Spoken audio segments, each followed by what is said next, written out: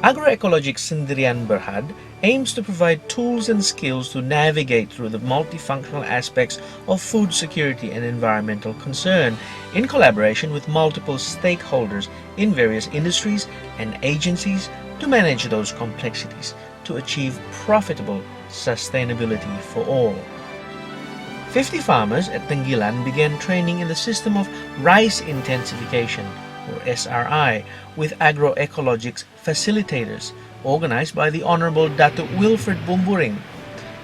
Datuk Wilfred Bumburing is the Malaysian Federal Member of Parliament representing that district. Tenggilan is just south of Kota Belud, recognized as the largest rice bowl of Sabah. So far, the benefits of SRI have been validated in more than 41 countries. Saya dukung penuh, saya minta para menteri, apalagi Menteri Pertanian juga akan mendukung penuh. Mari kita kembangkan SRI ini seluas-luasnya. Menurut saya, SRI inilah contoh nyata pembangunan pertanian berkelanjutan sebagai koreksi dari Green Revolution, pembangunan hijau yang dulu banyak menggunakan pupuk-pupuk kimia dan cara-cara yang ternyata bisa mengganggu lingkungan, terutama untuk jangka panjang. Bapak Presiden yang kami hormati, nama kami Datuk Subagia, kami petani dari Bali. Dalam kesempatan yang berbahagia ini, kami di Bali yang difasilitasi oleh DESIM Nehon Kuipan untuk memberikan fasilitas maupun pembelajaran kami di lapangan untuk pelajari sistem SRI organik. Dan baru kami tahu bagaimana kebenaran daripada pertanian SRI organik ini yang akan mampu merubah negeri kita ini di sektor pertanian secara luas dan akhirnya bisa mempersembahkan pangan dan untuk mempertahankan suasana pangan kemudian. Terima kasih Pak Datuk dari Tabanan. Ada pepatah bahasa Inggris, seeing is believing. Lihat dulu, yakin, baru mengerjakan. Oleh karena itu pelatihan menjadi penting. Kebun percontohan, demonstration plot juga penting. Tadi Pak Solikin waktu panen bersama saya menceritakan waktu baru dikenalkan, suami istri bisa ribut ini karena yang tadinya menanam itu banyak begitu kok cuma satu. Ya ini apa kira-kira kalau nggak tumbuh seperti apa?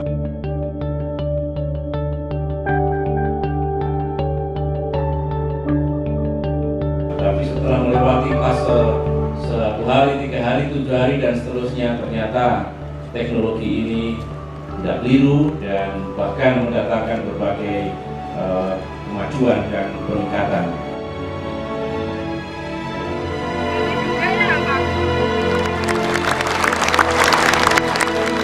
Sekali lagi mengapa saya dukung SRI dan mari kita kembangkan seluas-luasnya karena produktivitas naik tanpa merusak lingkungan, itu kuncinya.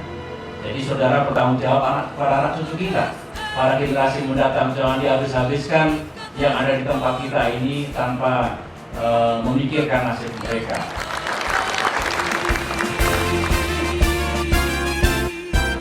Farmers in Sabah have been learning about the system of rice intensification since 2009. SRI is worth deep consideration for any agro-based economic development because it represents an agroecological strategy that enhances food production and contributes to food security while at the same time improving the natural resource base on which agriculture and other human activities as well as life itself depend. 2 farmers who have harvested their SRI yields have reported averages of 9 tons per hectare, both in the district of Ranau. Agriculture is a major contributor to environmental issues today. We need to understand it as multifunctional or part of a complexity with commodity as well as non-commodity outputs that impacts not just economics but also human or social well-being and environmental sustainability.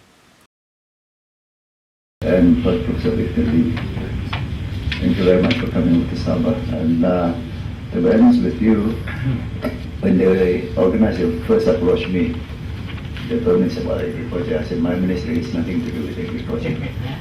But I was quite apprehensive because I don't want to step into somebody's toe and try to be an expert on something that is obviously not my field. I think perhaps the reasons why I encourage them to do it is simply because I think there is a need for us to change the mindset of farmers. You see, we are doing too much to destroy the environment on the pretext or on the assumption that we're going to produce more food. Of course, it does produce more food, but at what expense? I think that's the real issue. Take for instance, Undasang. Undasang in Ranao district where I come from. If you look at the vegetable farming, it is the main source of vegetables, temperate vegetables in the whole country and even beyond Sabah.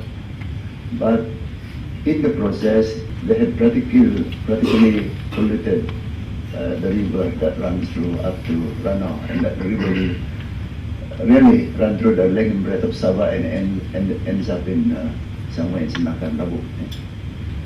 Perhaps the time is now for us to change. Go back and tell the farmers to produce a better crops. Now, thank you very much, and thank you very much to all the professors and all of us who will take the time to do it. Terima kasih.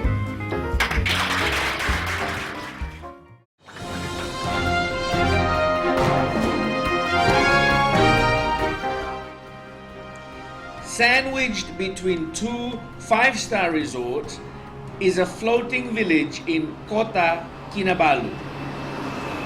Traditionally, this is home to many fishermen. The stilt houses pose a challenge to urban planners. But for many throughout Sabah, this is simply home. If you don't have access to a vehicle that can navigate the mud roads from your stilt house on the beach of Mapan village, most of the time you simply don't get medical treatment. You endure the pain or wait for help. And help was what a group of physicians, dentists and dental assistants brought to an isolated fishing village near Pitas, led by Rotary Club President Mahmud Tahir and past President Datuk Dr. Ganesh.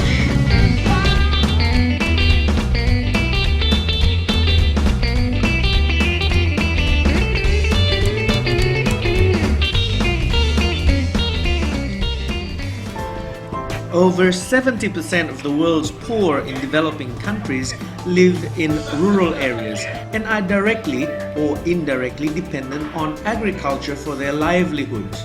These people are the most food insecure. Farmers, fishermen, and forest users, as well as the urban poor, are also badly affected. In many developing countries, underinvestment in the agricultural sector, the dismantling of public support programs, and the impact of trade liberalizations have undermined the small-scale farm sector and fishermen and national food production capacity, leaving these communities vulnerable to price volatility. Undernourished, many of these communities suffer health-wise in isolation.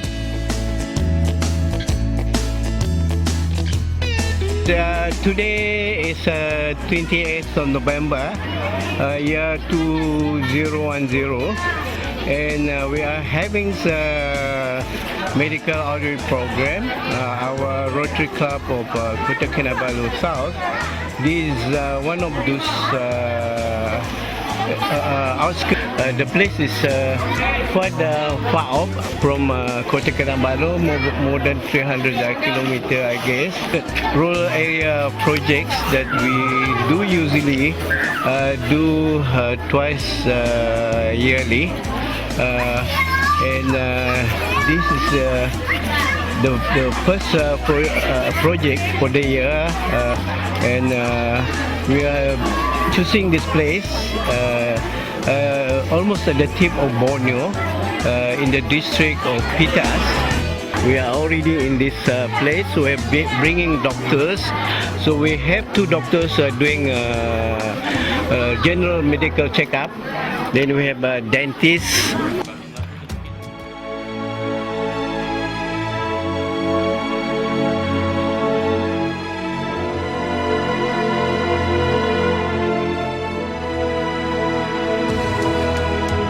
Most of them are fishermen. And as you can see, most of the crowd are older women and younger children. The young people have left the villages, looking for work in larger towns and cities. There are a few men around, fishermen.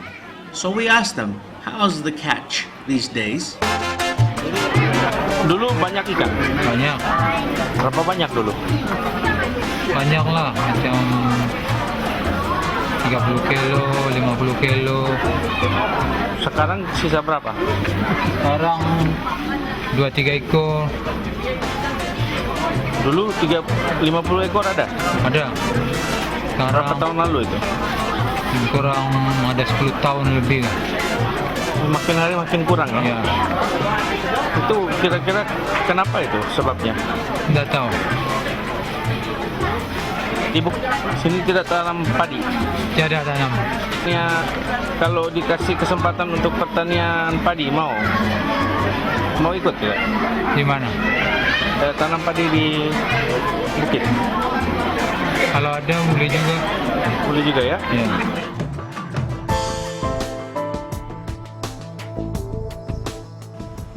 A few kilometers up the road, some people in the community are planting rice up the hill.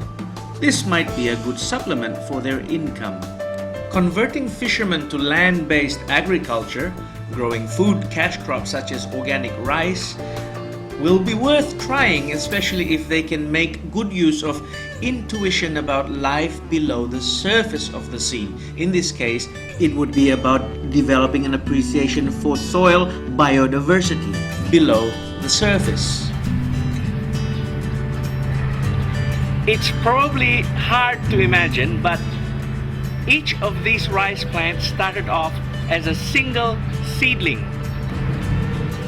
In this experimental farm, another Rotary Club member is learning how to plant with the system of rice intensification, or SRI, planting it on drier soil, much like hill paddy.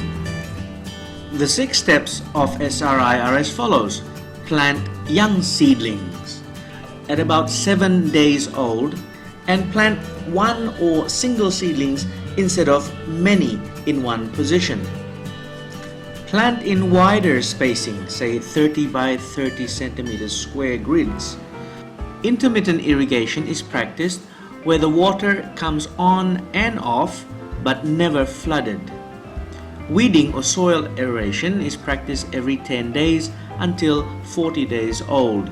And finally, provide organic fertilizer. Rice straw is turned into compost. These will provide bigger and healthier roots with abundant soil biodiversity, life below the surface.